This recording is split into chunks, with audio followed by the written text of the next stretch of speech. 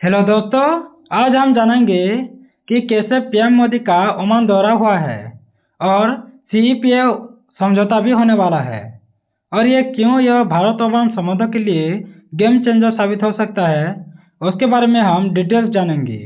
तो पहले हम इंट्रोडक्शन के बारे में जान लेते हैं। तो प्रधानमंत्री नरेंद्र मोदी का ओमान दौरा केवल एक औपचारिक कूटनीतिक यात्रा नहीं होगा, बल्कि यह भारत खाड़ी संबंधों के नए युग की शुरुआत का प्रतीक भी होगा। इस यात्रा का केंद्र बिंदु होगा सीईपीए यानी कॉम्प्रहेंसिव इकोनॉमी पार्टनरशिप एग्रीमेंट। ये होगा तो जिसने भारत और ओमान के बीच व्यापार, निवेश, ऊर्जा, लॉजिस्टिक्स, श्रम, तकनीक और रणनीतिक सहयोग को नई ऊंचाइयों पर ले जाने की क्षमता भी दिखाई देता है। तो आज जब वैश्विक अर्थव्यवस्था सप्लाई चेन में और ऊर्जा सुरक्षा में और भू राजनीतिक अस्थिरताओं में जूझ रहा है, ऐसे में भारत ओमान सीईपीए एक रणनीतिक और आर्थिक गेम चेंजर के रूप में उभर रहा है।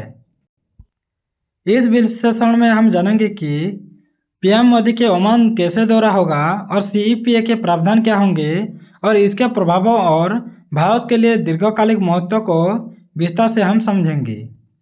तो पहले हम भारत ओमान संबंध की ऐतिहासिक पृष्ठभूमि के बारे में जान लेते हैं, यानी इतिहास में क्या क्या हुआ है भारत और ओमान के बीच। तो पहले तो प्राचीन सभ्यता का संबंध रहा है। जैसे भारत और ओमान के रिश्ते 2000 वर्षों से भी अधिक पुराने हैं।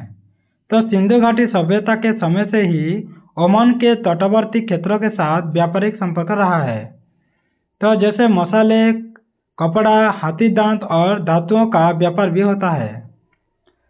उसके बाद औपनिवेशिक काल से आधुनिक युग तक की बात करें तो 19वीं या 20वीं सदी में भारतीय व्यापारी और श्रमिक ओमान में बसे थे। आज भी ओमान में बड़ी संख्या में भारतीय प्रवासी रहते हैं, जो दोनों देशों के संबंध की मजबूत कड़ी हैं। रणनीतिक साझेदारी की बात करें तो ओमान हिंद महासागर क्षेत्र में आता है, जो भारत का प्रमुख समुद्री साझेदार है। तो डूम्स यानी डूम्स पोर्ट तक भारतीय नौसेना की पहुंच भी है। तो समुद्री सुरक्षा सहयोग का उदाहरण भी हो सकता है ये। उसके बाद पीएम मोदी का ओमान दौरा का मुख्य उद्देश्य क्या है? तो पीएम मोदी के ओमान दौरे के प्रमुख उद्देश्य हैं आर्थिक सहयोग और मजबूत करना, सीईपीए को नई गति देना, ऊर्जा सुरक्षा सुनिश्चित करना, भारतीय प्रवासियों के हितों की रक्षा भी करना है और हिंदी महासागर में रणनीतिक स्थिरता भी लाना है। तो यह दौरा भारत की नेबरहुड फर्स्ट और एक्ट वेस्ट नीति का भी विस्तार हो सकता है। उसके बाद सीईपीए क्या है, यानी कॉम्प्रहेंसिव इकोनॉमिक पार्टनरशिप एग्रीमेंट क्या हो सकता है, उसके बारे में जानेंगे। पहले तो इसके हम परिभाषा के बारे में जान लेते हैं। तो सीईपीए एक व्यापार समझौता होगा जो केवल वस्तुओं तक सीमित नहीं रहेगा, बल्कि इसमें बहुत सी शामिल होंगे। जैसे इसमें सर्विस भी होंगे, निवेश भी होंगे, बौद्धिक संपदा अधिकार भी होगा, सरकारी खरीद भी हो सकता है, तकनीक सहयोग, ये सब भी यहाँ पर मिल सकता है। उसके बाद भारत ओमान सीईपीए की आवश्यकता क्यों पड़ी है? तो द्विपक्षीय व्यापार क्षमता का पूरा उपयोग नहीं हो रहा है, तो टैरिफ और नॉन टैरिफ बाधाएं मौजूद भी है।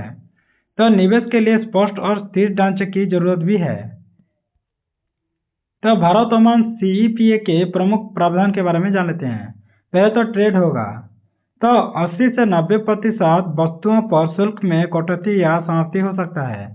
जैसे भारतीय उत्पादों जैसे फार्मास्यूटिकल्स, टेक्सटाइल, ऑटो पार्ट्स, कृषि उत्पाद को ओमान बाजार में आसान पहुंचा जा सकता है।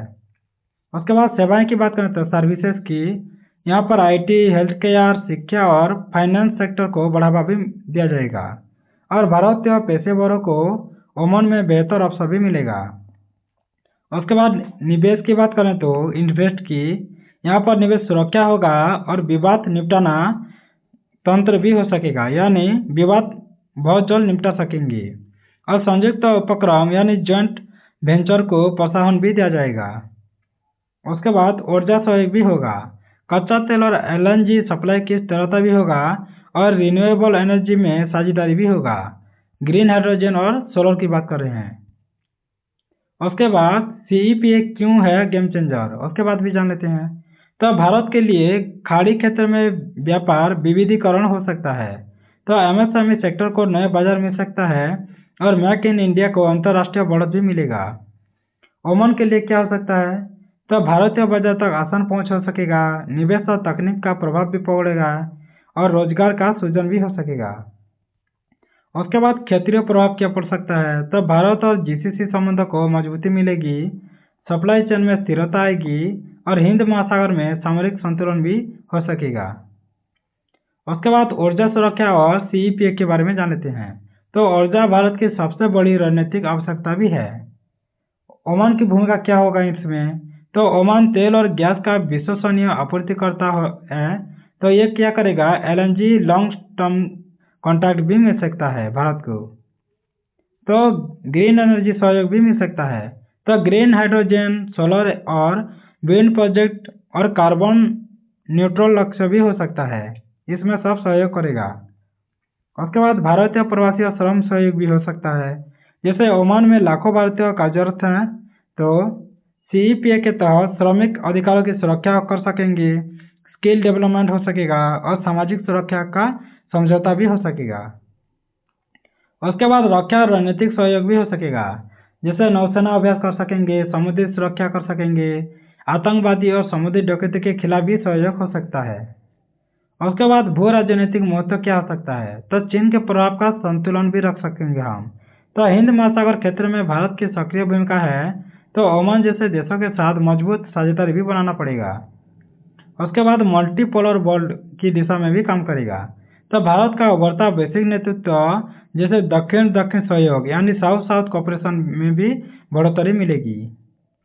उसके बाद चुनौतियां और समाधान क्या हो सकता है, तो पहले तो चुनौतियां की बात कर लेते हैं, जैसे घरेलू उद्योगों की प्रतिस्पर्धा में कमी आएगी, कानून में देरी हो सकता है काम करने में, नियामक बाधाएं भी उपज सकता है।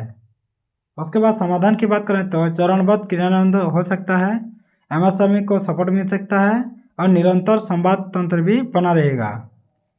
भविष्य की संभावनाएं की बात करें तो भारत ओमान व्यापार कई गुना बढ़ सकता है, स्टार्टअप और फिटनेक सहयोग भी हो सकता है, फिनटेक की बात करता हूँ।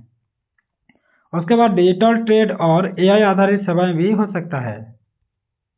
उसके बाद निष्कर्ष, तो PM मोदी का ओमान दौरा और CEPA समझौता केवल एक आर्थिक करार नहीं होगा, बल्कि यह भारत की दीर्घकालिक रणनीतिक, ऊर्जा सुरक्षा और वैश्विक व्यापार और भू राजनीतिक संतुलन का मजबूत स्तंभ भी हो सकता है। यह समझौता भारत को खाड़ी क्षेत्र में एक विश्वसनीय, स्थिर और अग्रिम साझेदार के रूप में भी स्थापित करता है। तो भारत ओमान CEPA वास्तव में एक गेम चेंजर हो सकता है, न केवल दोनों देशों के लिए बल्कि पूरे हिंद महासागर क्षेत्र और उभरती वैश्विक अर्थव्यवस्था के लिए भी मजबूत होगा। Thanks for watching. अगर ऐसे वीडियो आपको अच्छा लगता है तो सब्सक्राइब कर दें, बेल आइकन दबा दें, लाइक करें, शेयर करें और वीडियो कैसे लगा कमेंट बॉक्स में जरूर कमेंट करें। धन्यवाद।